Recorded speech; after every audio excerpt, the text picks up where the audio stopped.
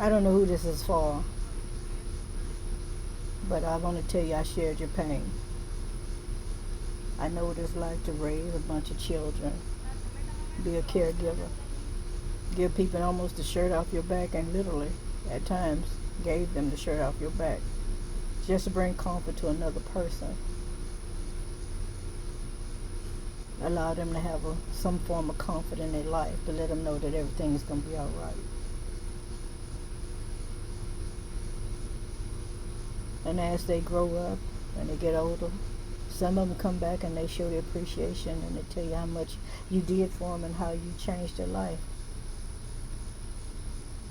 So I'm going to say this in advance. Don't allow your goodness to falter because of some experiences that you've went through or you may be going through right now. Yeah, children grow up. They have their own life, their own likes and stuff. You mentored them. You showed them in the right way to go. You also may have even gave them, some good advice. Supported them in the things that they wanted to do when they grew up or as they was growing up. Even financially. For them to later on in life look at you like you beneath them. Treat you like you some form of disgust. Something that they want to leave in the past. I know several people, including myself, have went through something similar to that. Where you took care of people. And later on in life, they change on you. They lie and say you did this and that to them when you did nothing but show them love and kindness and protect them.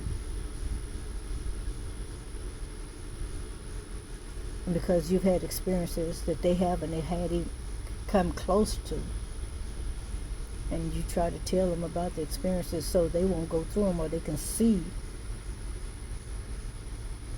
the path that they're on and what it's going to lead to, they disregard it. They say, oh, you're old and you're stupid and you don't know this, that, and the other. What about those family members that you helped? Helped become all that they can be. Made sure they had enough love in their life where they won't grow up to feel inadequate and become selfish towards another person. Try to suck the life out of somebody else. Become obsessive in their company where they can't even go to the restroom by themselves without having another individual standing there in the doorway while they're trying to use the bathroom, take a bath. They want to monitor how long you go to the store and how long it takes you to get back. These are people that are insecure. And that insecurity most likely stemmed from their childhood, having lying parents, parents that didn't keep their words. And even if they wasn't able to keep their word, they should have at least came up with a plan and said, we're going to do it this way.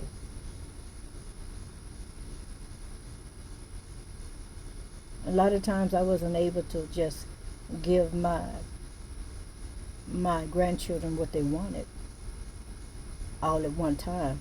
But I always sit down and made a plan with them and told them exactly, this is how we're going to do it. We're going to take X amount of money and put it over here. And come the next month, we're going to put X amount of money over here. And I kept my word. And I did exactly what I said. I executed it to perfection, so to speak. To make sure that they got exactly what I said that I would give them. And when their parents was not able to keep their word, I always told them, make sure whatever you ask from your parents, you tell me too. And this is because I didn't want them to grow up thinking that everybody's a liar. Having that insecurity. And I would like to think I did a great job. Because any time that they asked their parents for something, they said, Mother, I told my parents I want to get this, that, and the other. And they said that they're going to get it for me at this particular time. So I would have me a private conversation with the parent alone, by phone or in person, and say, grandbaby say that you're going to get them this, that, and the other, and I wanted to know, are you going to be able to get that at that particular time? And 80% of the times they wasn't able to do that, knowing already in their mind and in their heart that they couldn't do it, but they would still say that they was going to do it. So I would make sure that those children got exactly what they was told that they would have. Now the grandchildren are grown now,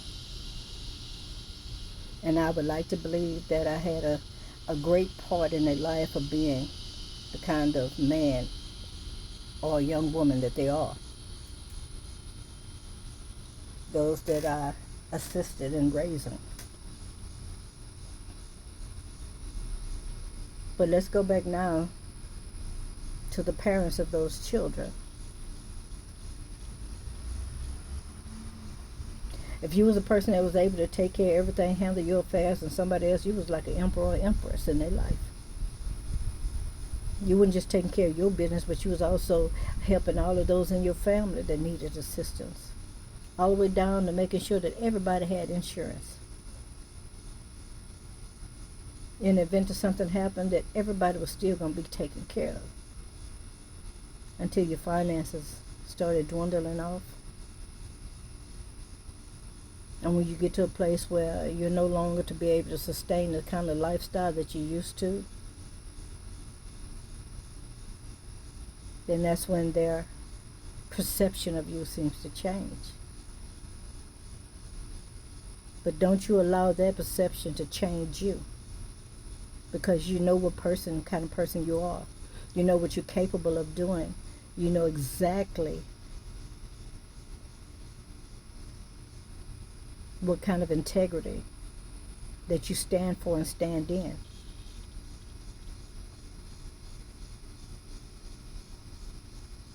Some people I know have lost their places to home where they lived at. They end up having to live with other family members while they're trying to get themselves together to get back on their feet. Only to find out that they're despised now. Some people will see you as no longer being a worthy person to call mom or dad, aunt, uncle, grandparent, or whatever, godmother. Because it seems like that only thing they could see was a dollar bill, and they saw you as being successful. But the moment that you lost your income or not able to live the same lifestyle that you're accustomed to over many years, then they decide to make another judgment call about your life and about who you are.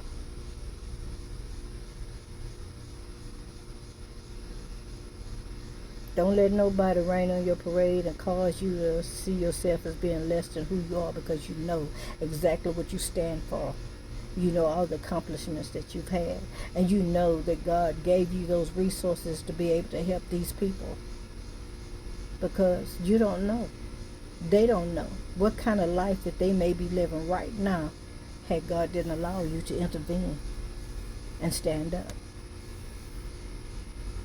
You taught these children, including your own children, how to have integrity, how to make plans, how to be able to resolve an issue without having to resort to violence.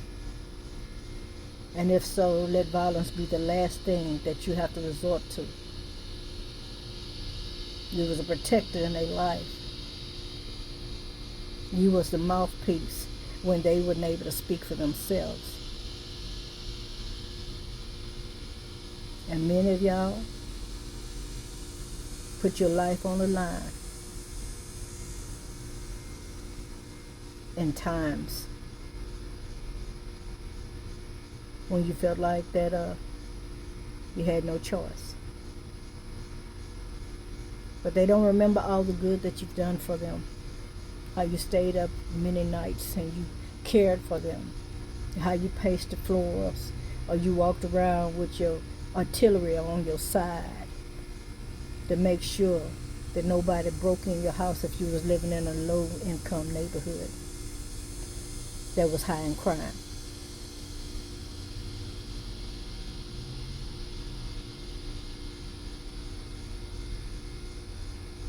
They forget about all the beautiful and amazing things that you've done for them over the years. So now is the time for you to live your life. Yeah, you have a resume now that's probably as taller than you are.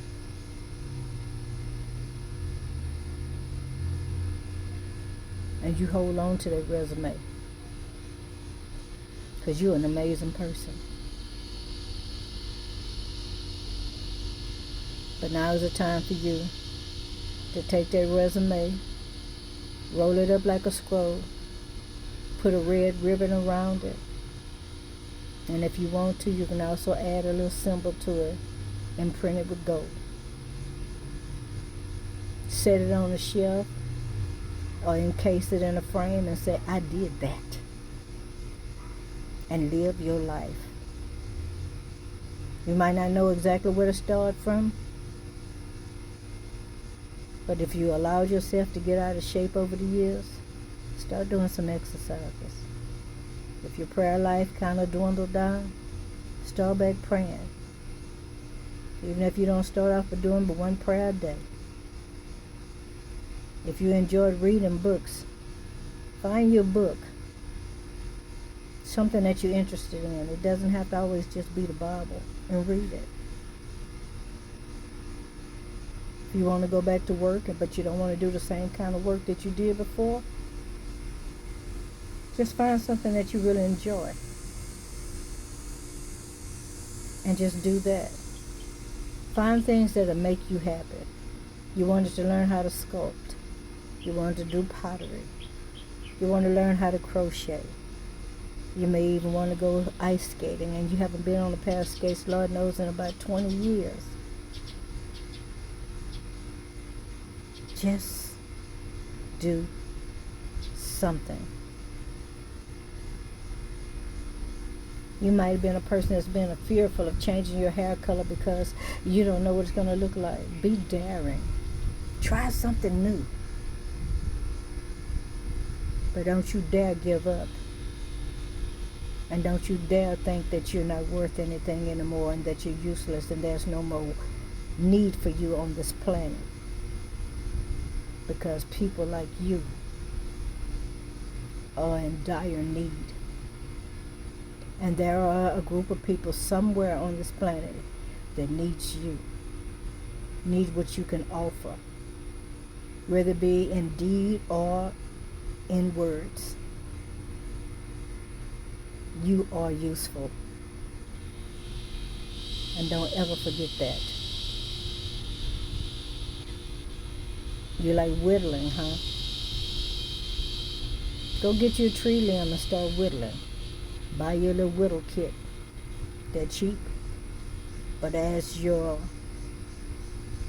skills begin to progress, you may want to invest in a little bit more of an expensive whittling set. Open up your small business. Start it from scratch. Let it be known by word of mouth. You'll be surprised how many people in your community will be willing to jump on the bandwagon with you and help you get it off the ground.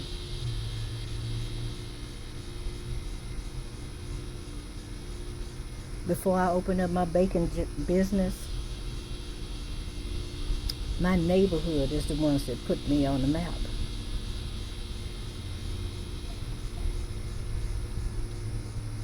And when they felt like that my business was getting too big, they told me, you need a building. And my neighborhood went out and found me a building. You got more than enough in you to sustain you and to bring happiness to you. It's not always about money, but like-minded people. stay encouraged. Stay encouraged. And if you can't find nobody to encourage you, encourage yourself.